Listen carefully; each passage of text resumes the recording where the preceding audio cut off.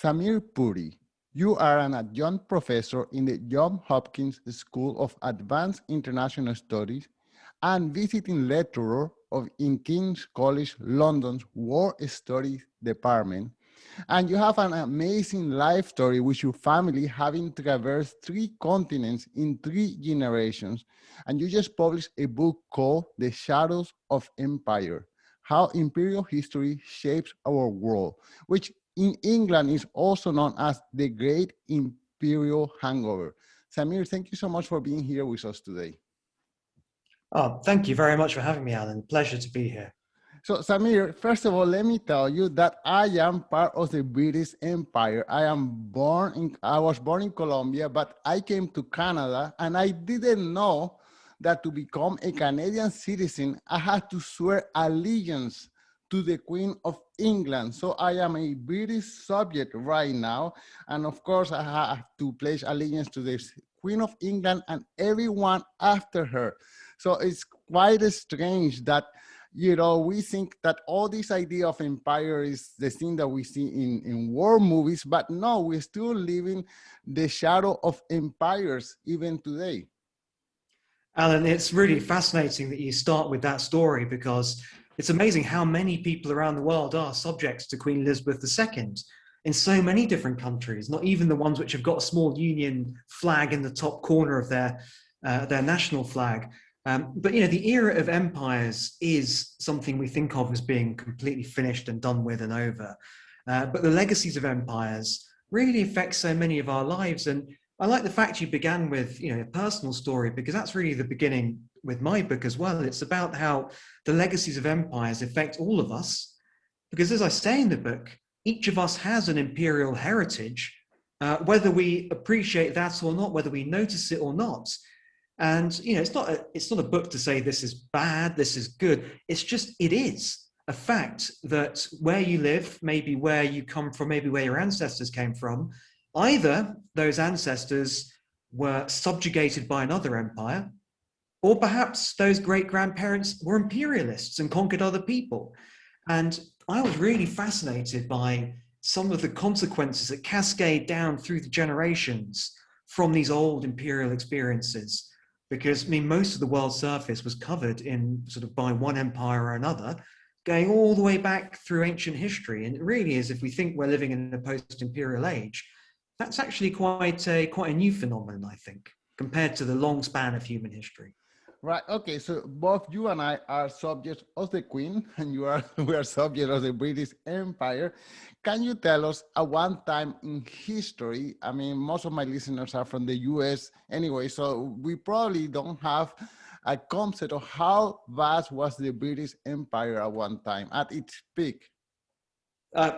Vast. It was, the cliche is, it was the empire upon which the sun never set. And there have been huge empires throughout history. Just going back in ancient history, the Iranian Empire was vast, stretching all the way to the Greek islands, all the way east to India, Pakistan.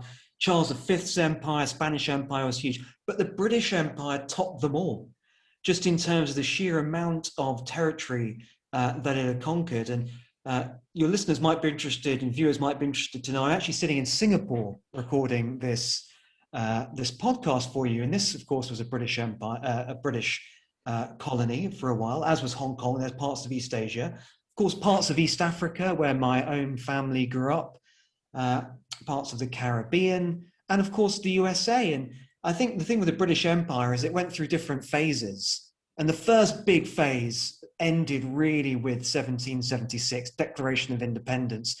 But the British Empire was pretty robust. And even after this, being kicked out of the New World, it consolidated its power where you're sitting, Alan, in Canada.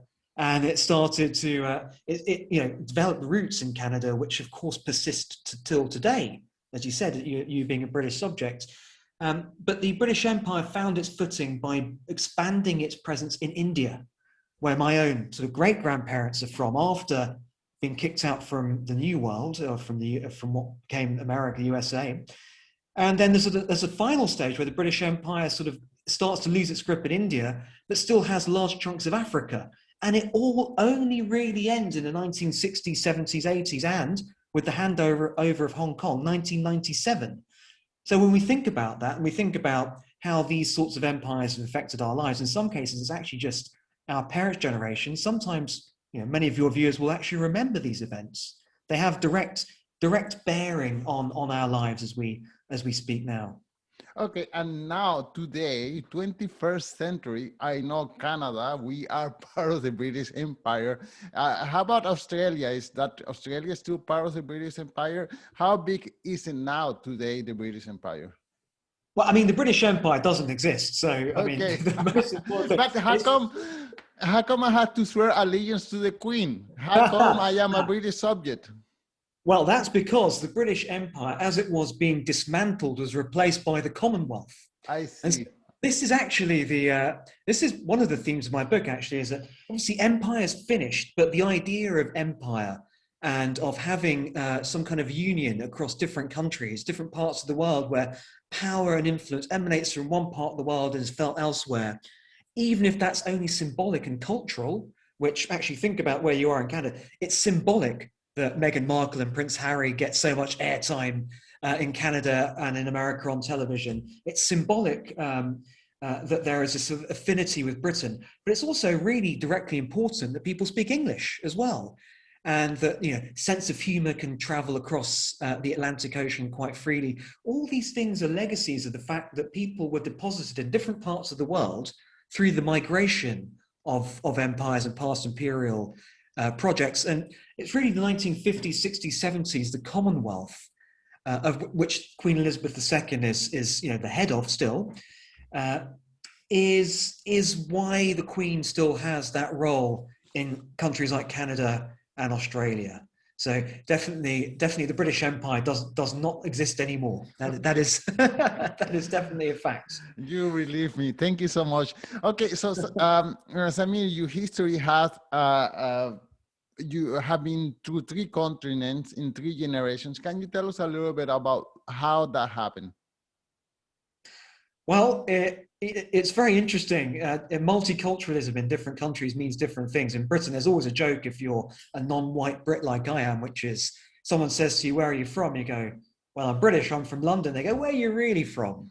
Like, you can't really be British, can you? We do the same here in Canada. Yeah, we ask Chinese who have been here for 3 generations, where are you really from? Or on Asian Americans, because of course they cannot be from Canada because they look Oriental. Quite. And this is also interesting in legacy of the fact that some of the reasons why there are large ethnic minority populations in some countries is because of the dismantling of empires and the migration flows that happened, or maybe it happened during empire with profiteering. Obviously, there's a huge Chinese American population. Many of them came over to work during the gold rush and to build railways. And that was because, the federal government, as it was, started off on the east coast of America, as all Americans will know, and expanded through the Wild West to get to California, get to the shining, gleaming prize of the Pacific coast.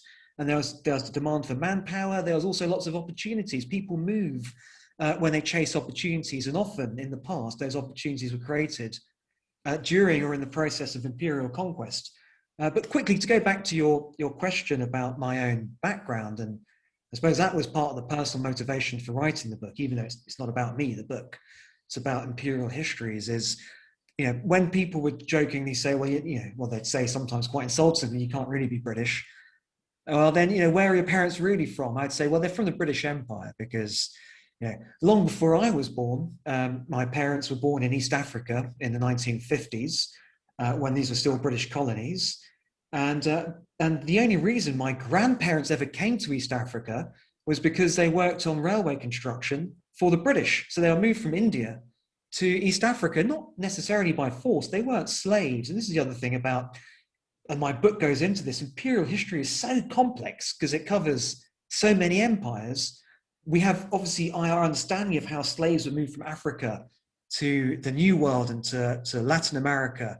And that's why the populations are so multi-ethnic in some of these parts of the Americas. They were not given a choice. They were dumped into slave ships and sailed over.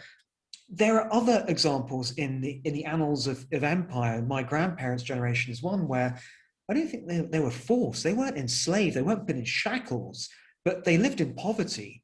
And the British sort of strongly encouraged them and gave them opportunities to work basically at the bottom end of the food chain in these other colonies in Africa. And this idea that you move people between your colonies, that's where Africans from, Sierra Leone, Liberia, countries that now have those names, ended up from those colonies moving to the New World colonies for the Portuguese, the French, the English, the others. And similarly, my family were moved from the Indian colonies run by the British to the African colonies run by the British. Now, why you didn't just recruit the locals, I mean, that's always baffled me. I mean, you had lots of people there, but that's where some of the racism came in, I think, at the time, which was, well, actually, we want these locals working on this particular project, not those locals.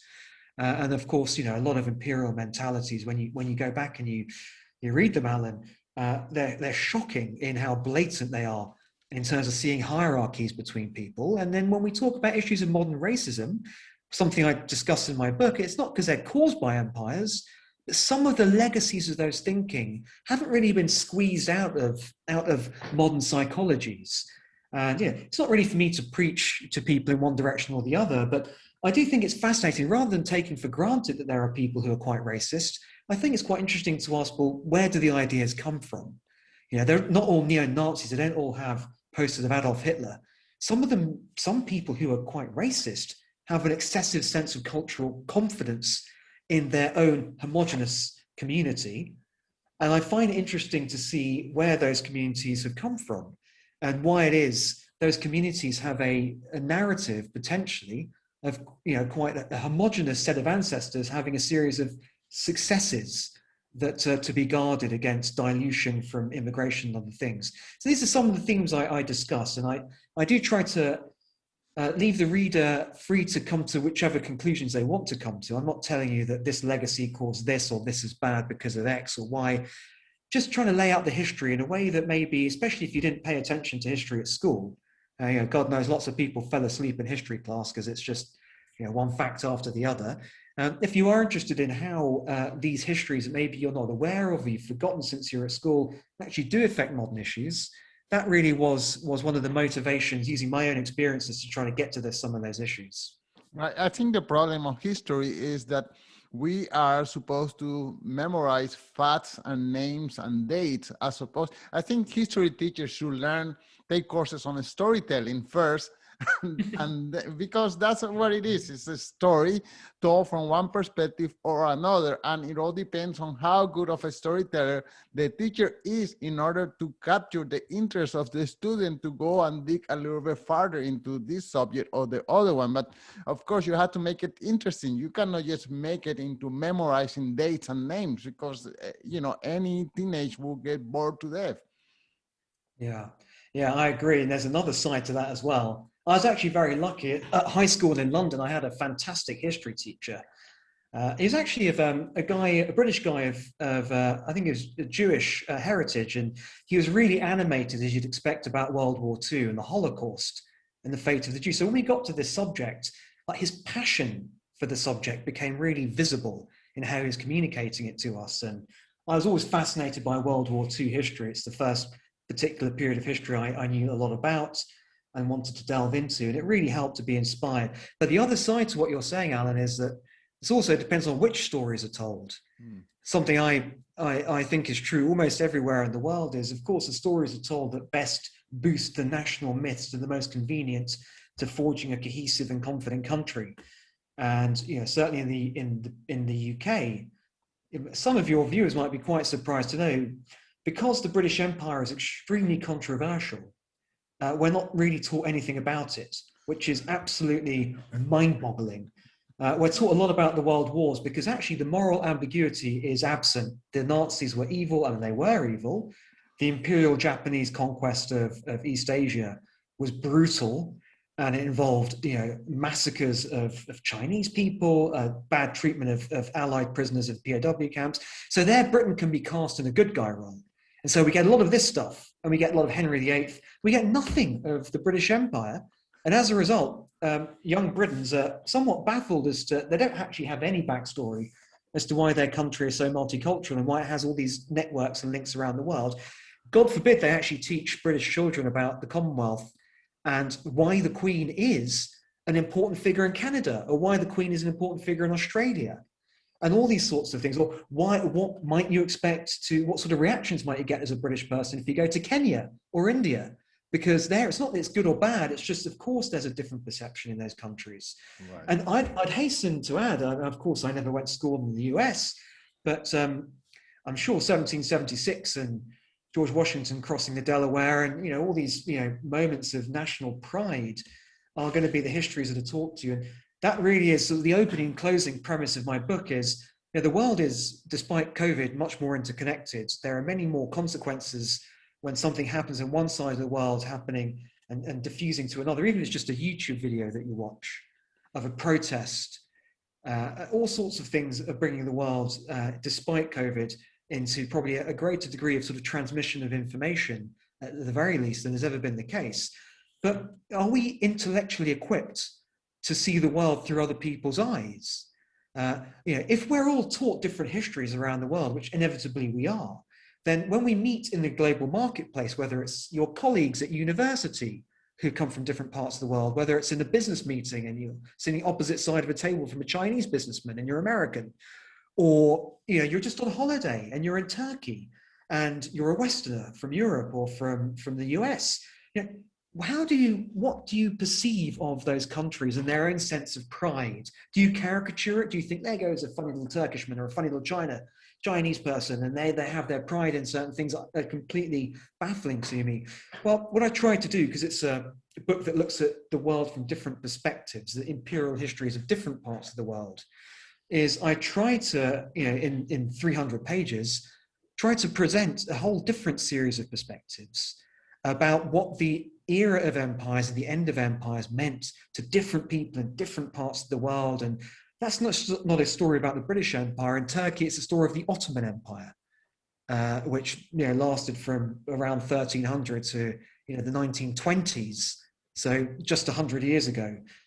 With regards to China, such an important country now, perhaps the most important country, arguably, in terms of our need to understand it. Such a long and grand imperial history that I was learning from scratch in my writing of this chapter, stretching before the Common Era until 1911, 1912, followed by humiliations by the European and Japanese empires. But of course, if you're Chinese and you're patriotic, you have a different sense of what the world of empires meant, very different sense. And this is kind of the punchline, isn't it, Alan? Which is, there's lots of misunderstandings in the world, mundane, like person to person at a bus stop or at an airport terminal somewhere, all the way to business interactions where you're trying to work out, well, why is this country perceiving these issues in a particular way? To, of course, what I work on, which is geopolitics, the classic issues of war and peace, whether it's diplomats who meet at the UN, whether it's an international disagreement on something, and somehow neither country seems willing to blink, or the debates and disputes seem intractable. And there's a cliche, why can't we all understand each other? Well, this book is one contribution to trying to give us that sense of, well, we don't understand each other because we all have very different notions of where we fit into this world of imperial histories, and especially where we and our country folk fit into this world of post-imperial existence as we are in now. Right. And what would you say are the parallels of the old empires to the new nascent power? I wouldn't say a new, but the nascent power of, let's say, US and China. I mean, US, maybe they are not an empire, but they have military bases all over the world.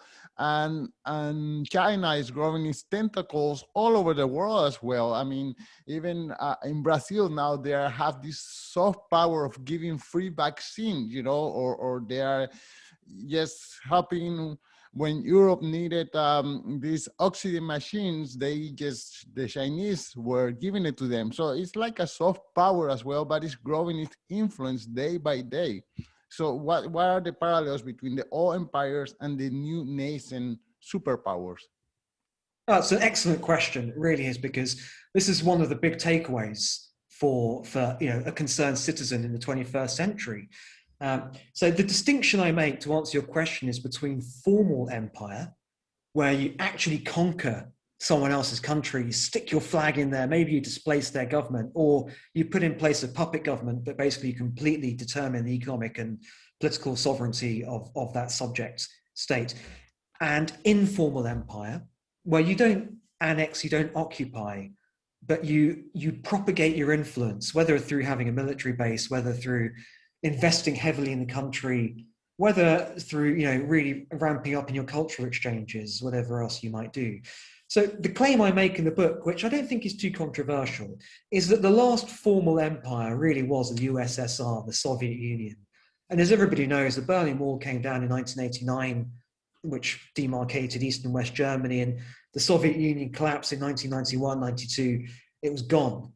And some people have already come back because, the book has been out there and they've said, well, no, empire still exists. What about the Chinese in Tibet or Xinjiang province? And I say, well, you do remember that the USA annexed Texas.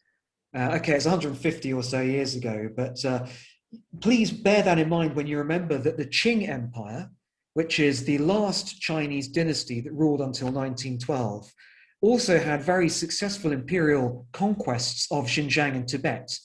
And so I'm not saying that the Chinese have ruled it uninterrupted. What I am saying is there are lots of countries today that are the outcomes of past imperial conquest. And my own home country, the UK, you ask an angry Scottish nationalist, they're going to say to you, well, our forebears were basically blackmailed and conquered by the English. And so I would say to anyone who thinks, well, empires still exist today, well, lots of states exist that are the outcomes of past imperial conquest. Russia, 100%, the USA, 100%, the UK to a certain extent, China, definitely. That's why they're so big.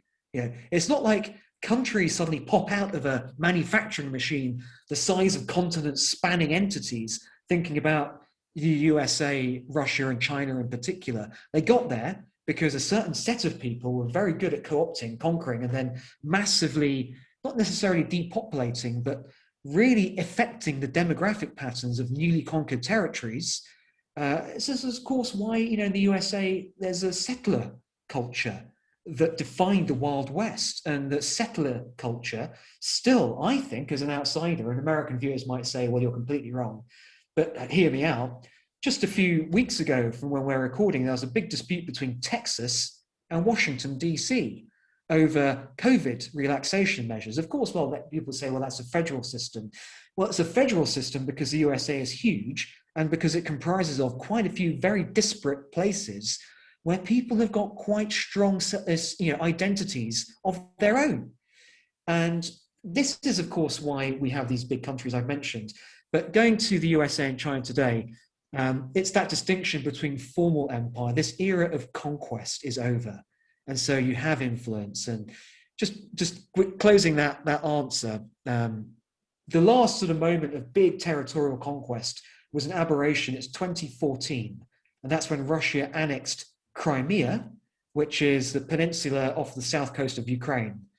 And in my previous career, when I worked in the British government, I spent a year on a diplomatic mission monitoring a ceasefire in East Ukraine, actually. And so I write a lot about this in my chapter on Russia, about this modern example of almost a throwback to 19th century imperial conquest.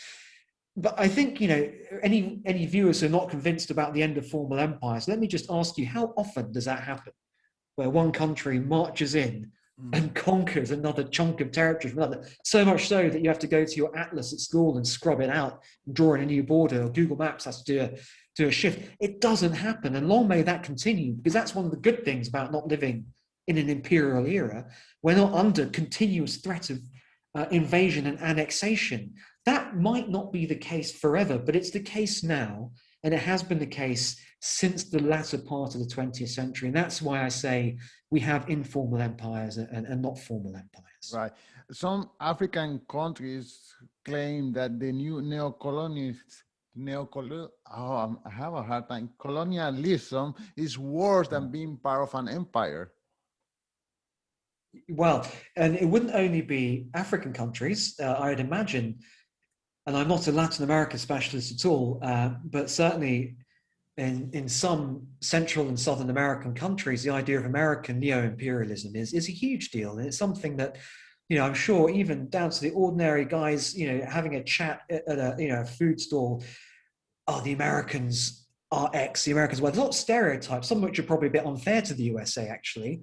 But there is a history around the war on drugs, and there is a history around issues to do with, the Cold War, where this sort of accusation happens. But it's not only there. There's also in East Asia, where I'm sitting now, there is a growing sense, and not only here, but elsewhere where China's economic tentacles touch, that actually, are we at the start of a cycle in which in 10 or 15 years, there'll be people sitting down at restaurants in East Asia saying, oh my God, Chinese neoimperialism is everywhere. The Chinese businesses have knocked my business out of operation. My country's indebted to China. China has just seized the port that they invested in 15 years ago because my government defaulted on the loan, all these sorts of things. This is not happening right now, but there are some signs that it is happening because, let's face it, man's and women's personal characteristics, we haven't evolved beyond grand ambitions of aggrandizing our cultural space. There are always going to be ambitious people running powerful countries who are looking for ways in which their understanding of civilization, their understanding of culture expands and is, dare I say, conceived as being superior, or their mode of government is seen as being superior to the modes of government that are being practiced elsewhere. And then, foreign policies and economic policies, and indeed just the everyday habits of people who run businesses or are able to expand the cultural and business remit of that country expands. That's always going to happen. I think it's always a bit like, it's a fantastic piece of artwork you've got behind you, by the way. And it made me think of, imagine splattering some watercolors onto a blank canvas, and imagine that they sort of start to run and meet each other. This is kind of the way in which we have evolved as a species, right? We didn't just grow up in like test tubes, completely isolated from each other as, cultural communities. From very early on, from probably as soon as, man was able to stand and walk, cultures and communities started to mix. And some that were maybe a bit better organized, maybe in the past more aggressive, pushed the other ones over and took over. And really, it's a case, well, what does that look like in the 21st century? Because it's still, of course, happening. It's just in very different ways. Right. Okay, Samir, the last question is, how come your book has two different titles? Well, so the title I came up with was The Great Imperial Hangover. Right. And any sort of authors or creative people out there will know that sometimes an idea just appears in your head. So there's no consultation. Just one day when I was devising this book, that's the idea and the title came up. It's just been released in 2021 by Pegasus Publishing, and I was sort of told that the term hangover is not going to have a great deal of traction in the USA. And I don't know whether it's because people will think it's a book about recovering from alcohol, or getting over a big night out. And so I was sort of told, well, we're going to call it The Shadows of Empire, how imperial history shapes our world. I thought, okay, fair enough. I don't mind. I don't have a problem with that. But I think it was something to do with the reception of a book called The Great Imperial Hangover in the USA, in US bookshops and amongst the public. I don't know. There we go. That's the best I can tell you, Alan. Perfect. Okay, well, the book, once again, is The Shadows of Empire. And Samir, where can people follow you? And yes, thank you so much. That's also, you know what? I like I saw another cover in Amazon that had all these kind of empire dragons and tigers and whatever. I think I like that cover better, but of course that one is quite nice as well. So Samir, can you tell the listeners where they can follow you and buy the book, and give us your promo? Yeah, that's actually the paperback cover that's yet to be released. So the paperback is coming out in the UK and elsewhere in the summer. So that's with the one with the dragons you mentioned. Yes. But this one's a fantastic cover with maps all interlinking. So you can find me on www.samirpuri.com. The book, of course, is available in Amazon and all the other sort of websites. And if you don't mind, Alan, I just mentioned to listeners, I'm really pleased that it's just been reviewed in the New York Times, the US edition. Nice review, yes, I'll put a link to it. Yeah, please do. And I was absolutely delighted because it's reviewed by the journalist Fareed Zakaria, who's well known on CNN, whose program GPS I used to watch in my 20s when I was doing my PhD, and I used to the end of every episode he'd recommend a book, and I actually bought quite a few of the books he recommended. For example, by Nassim Nicholas Taleb and Robert Kaplan and others, books on geopolitics. So it was a real personal moment of pride, full circle moment. Then I was really worried, did he like it? And I clicked on the link, and he did like it, and I'm really pleased. And he said, and what I would hope any of your viewers would also get out of it, if you do get a chance to pick it up, is it's astonishing when you start thinking about how imperial history has touched different issues, domestic and international, how many they've touched. And certainly writing it helped me to put together all these different pieces, especially when we see so much in the news, have so many interesting interactions, so many complexities in our family backgrounds.